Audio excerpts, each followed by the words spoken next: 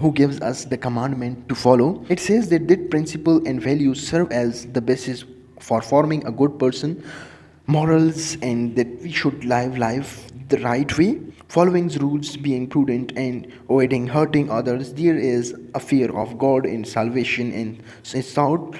They believe in God's existence and argue that people are alienated from Him.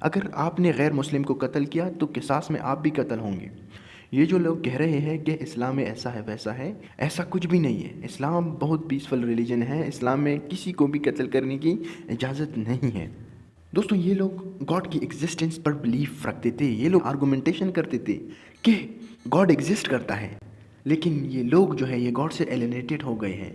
ان لوگوں نے God کو چھوڑا ہوا ہے، گاڈ کے رولز اینڈ ریگولیشن کو یہ لوگ فالو نہیں کر رہے ہیں، اس وجہ سے یہ لوگ ڈسٹروائے ہو رہے ہیں، اس وجہ سے یہ جنگیں ہیں، اسی وجہ سے یہ حالات خراب ہے۔ ان لوگوں نے گاڈ کی احکامات سے نافرمانی کی ہے، اس وجہ سے ان لوگوں پہ یہ چیزیں مسلط ہوئی ہیں۔ دوستو اب آتے ہیں میجر تھیسٹ ایگزسٹینشلسٹ رائٹرز کی طرف۔ فرسٹ ون ہے سورن کیرکیگارڈ، دوسرا ہے گیبریل مارشل، تیسرا ہے مارٹن بابر۔ تو دوستوں یہ تھی تھیسٹ اینڈ ایتھیسٹ ایگزسٹینشلزم۔ دوستوں اب ہم آتے ہیں مین تھیمز اینڈ کریسٹرسٹکس آف ایگزسٹینشلزم کی طرف۔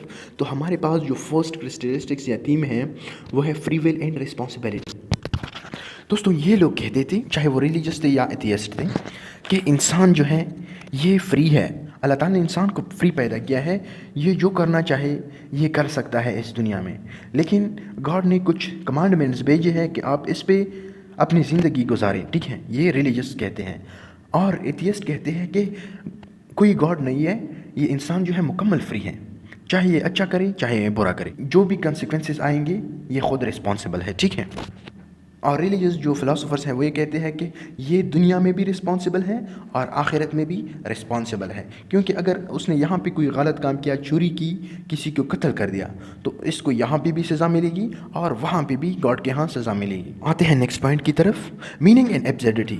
دوستوں تھیسٹ اور ایتھیسٹ دونوں اس بات پہ متفق تھے کہ یہ دنیا جو ہے یہ میننگ لیس ہے، یہ لائف جو ہے یہ میننگ لیس ہے، یہ ساری چیزیں جو ہیں دنیا میں جو چیز بھی ایگزسٹ کرتی ہیں یہ ایبسرڈ ہے، یہ جو ہے کچھ وقت کے بعد فنا ہو جائے گی، ختم ہو جائے گی۔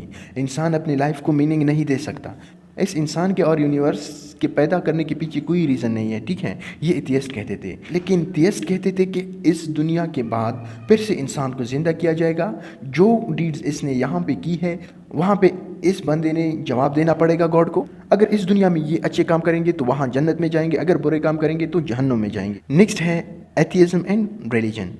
تو دوستوں یہاں پہ جیسا کہ میں نے آپ لوگوں کو بتایا کہ اس میں دو گروپ تھے، ریلیجس اور ایتھیزم۔ تو ان لوگوں کی دو اپنی اپنی آئیڈیالوجیز تھی، آپ لوگ اس کو مینشن کر سکتے ہیں as a theme, as a characteristics. Existence, atheist لوگ کہتے تھے کہ ایگزسٹنس امپورٹنٹ ہے، ٹھیک ہے؟ انسان کی موجودگی امپورٹنٹ ہے، رولز ریگولیشن، نارمز، پریئرز، عبادت، یہ چیزیں کچھ بھی نہیں ہے۔ انسان جب پیدا ہوا ہے تو اس کو چاہیے کہ اپنی زندگی اچھی طرح سے خوشی خوشی گزارے، ٹھیک ہے؟ کیونکہ اس دنیا کے بعد دوسری دنیا نہیں ہے، اس کو مکمل آزادی دینی چاہیے، فری ویل دینا چاہیے اور اس کی چوائس اپنی ہونی چاہیے۔ نیکسٹ ہے ارریشنلٹی۔